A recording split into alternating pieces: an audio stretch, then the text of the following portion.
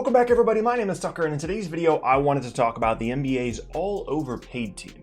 And this includes a starting five as well as a couple of bench players that I think are some of the most overpaid players in the NBA going into this upcoming 2020 to 21 NBA season. But really quickly, before we get started, if you enjoy content like this, then consider subscribing. I upload twice a day, every day, all throughout the NBA offseason, so it is a great place for consistent NBA content. You can also leave a like rating on the videos as well. Helps me out a ton, lets me know that you're enjoying the content, and helps it get out to more people on YouTube as well. And you can check me out at various socials at the bottom of the screen. But with those things said, let's go ahead and talk about the all overpaid team in the NBA. So as I said, I'm going to go through 5 players and a bit more of a positional structure, and then we'll talk about some players off the bench. There's no particular order outside of that, but still, these are some really overpaid players. We all know that in any given year, there are a lot of really bad contracts, and these are just a handful of them. So the first one is a very topical one, and it's John Wall at the, if you want to call it point guard spot, at the 1 spot. This is a guy that, you know, he could turn this around completely. He could be a guy that's worth $41 million this upcoming season, depending on how he plays in Houston. But when you're going off of, you know, the history of John Wall over the last couple of seasons, which has been just absence, not playing very many games at all over the last 3 years, whether it be because of knee issues or the Achilles injury. And it's been a really rough time for John Wall ever since he signed this big contract that he's currently on. And it's arguably one of the worst contracts in the entire league, considering the lack of production and the absence on the court for Wall himself. Now, again, maybe he'll have a good season this year, but if you're looking strictly at the production in comparison to the amount that someone is being paid, even though the talent level of John Wall is probably still there, you kind of have to put him up here right now until he proves otherwise. And even then, even if he has a good but not great season, with that contract number as big as it is, you could probably argue that it is still a huge overpay for John Wall. Next up now at the 2 guard spot, I'm kind of messing around with the positions a little bit here. I'm going to go with Gordon Hayward, a guy that just recently signed a huge contract this offseason. We've talked about him in plenty of different videos. He's making $28 million this upcoming season and will be over the next handful of years, which is interesting because he would have actually made more for Boston if he had opted into that contract for next season. And I'm not convinced that this is going to be a completely awful contract here for Gordon Hayward, but as you look at kind of the wings and the guards throughout the league, there's not a ton of them that are like crazy overpaid. But Gordon Hayward is certainly one of those guys. A lot of those like summer 2016 contracts have started to come off the books, and so there's not as many super egregious ones at like the wing and guard spots specifically. But Hayward, I think, is certainly up there having signed this new deal. Now, it's possible that he has a good and productive season in Charlotte this season, and that this really only becomes a huge overpay as the contract moves forward throughout the 4-year length of it. But I still think that if you're looking at potentially, you know, all overpaid team type guys, I think Gordon Hayward has to be in the first group for right now until we prove something otherwise in Charlotte and he's healthy and has a really good season, which is a possibility. But right now, I think he kind of has to go on the list. Next up now is a staple on lists like this, and it's Andrew Wiggins, who's making $28 million this season as well. And maybe it's interesting, right? Because every single one of these players to this point, you could make the case, oh, well, maybe they'll be able to turn it around this season. There are circumstances in which they'll be able to turn around this idea that they're overpaid players this season. John Wall, just by simply being healthy and being on the court and hopefully being really good. Gordon Hayward having a bigger opportunity in Charlotte to make an impact. And Andrew Wiggins in a situation where there isn't as much responsibility on him as there were in you know, a handful of seasons in Minnesota, which should allow him to be more efficient and do more of the things that he does well. He can score some in the mid-range, still needs to work on being more efficient with his 3-point shot, which you would imagine would happen and would improve there in Golden State. And then hopefully he can be, you know, a nice defender, 3-and-D type guy with a little bit of offensive flash, and that's exactly what this Warriors team would need out of him. $28 million is still a lot for Andrew Wiggins, and, you know, the length of the contract isn't great either. But even when considering that, still a younger player, still can grow and improve. So he might not be on lists like this for too much longer if he has a good season, or he could just continue to be, you know, the Andrew Wiggins that we've known for the last couple of seasons, which is one of the more overpaid players in the entire league. Next up now is arguably the most egregious one at this point. It's either him or Wall, and it's Blake Griffin at the 4 spot. And it's weird because 2 years ago, Blake Griffin was an all-NBA caliber player, had a great season for Detroit, and last year just didn't have it. He didn't, you know, he just, whatever he needed to do to be healthy last year, it didn't come together for him. And when Blake is healthy and he's knocking down threes and he's scoring in the post in the mid-range, he's one of the better passing big men in the league, and certainly a passing big man that we don't talk about enough. When all those things are going right, Blake Griffin is worth $36.5 million. But unfortunately, when you're looking at availability, that's been a bit of an issue for Blake for a good part of his career, and that could continue to be the case and make this arguably one of the worst contracts in the entire league. Now, as of right now, there's good reports coming out of Detroit Pistons training camp that Blake looks like the old Blake, and he looks great, and he looks healthy.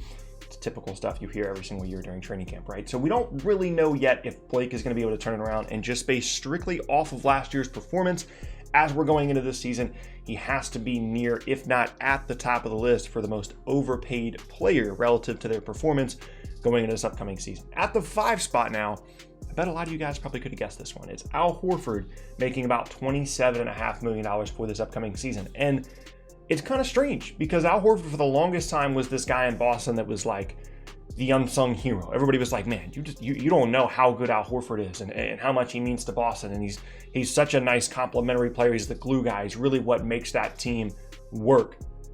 And then one bad contract later and everybody just thinks that you're the worst player in the league. And I think realistically, we all understand that our perception of Al Horford has shifted dramatically, not only with his age, but also with this bigger contract that he signed. That happens a lot where guys take a big hit to their reputation, specifically based off of a contract number, rather than their play decreasing to a dramatic extent. It decreases a little bit, but not anything too dramatic. And those two things come together to create a bad situation from a reputation standpoint for a lot of players, because they're not actually as bad as we think they are. It's just a bad contract and a little bit of decline.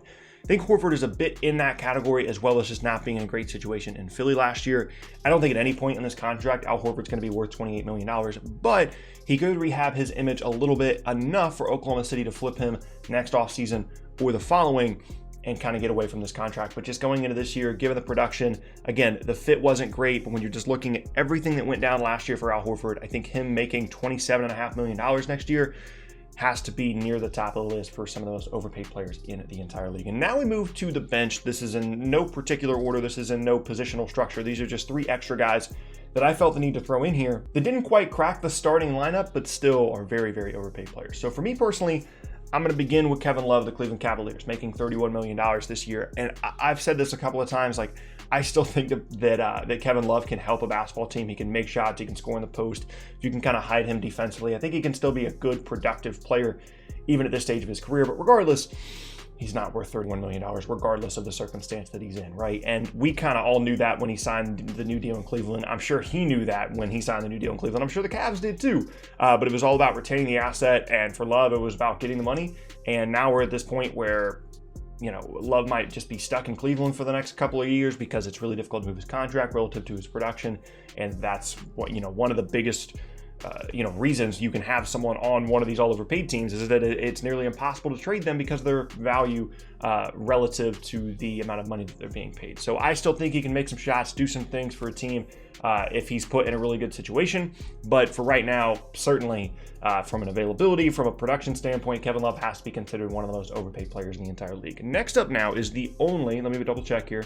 Yes, it is the only 2-time player on this list, a guy that has a teammate that is also on the list, and it's Terry Rozier, making $18.9 million. The lowest salary number on this entire list to this point, along with, you know, his buddy Gordon Hayward here joining him on this list.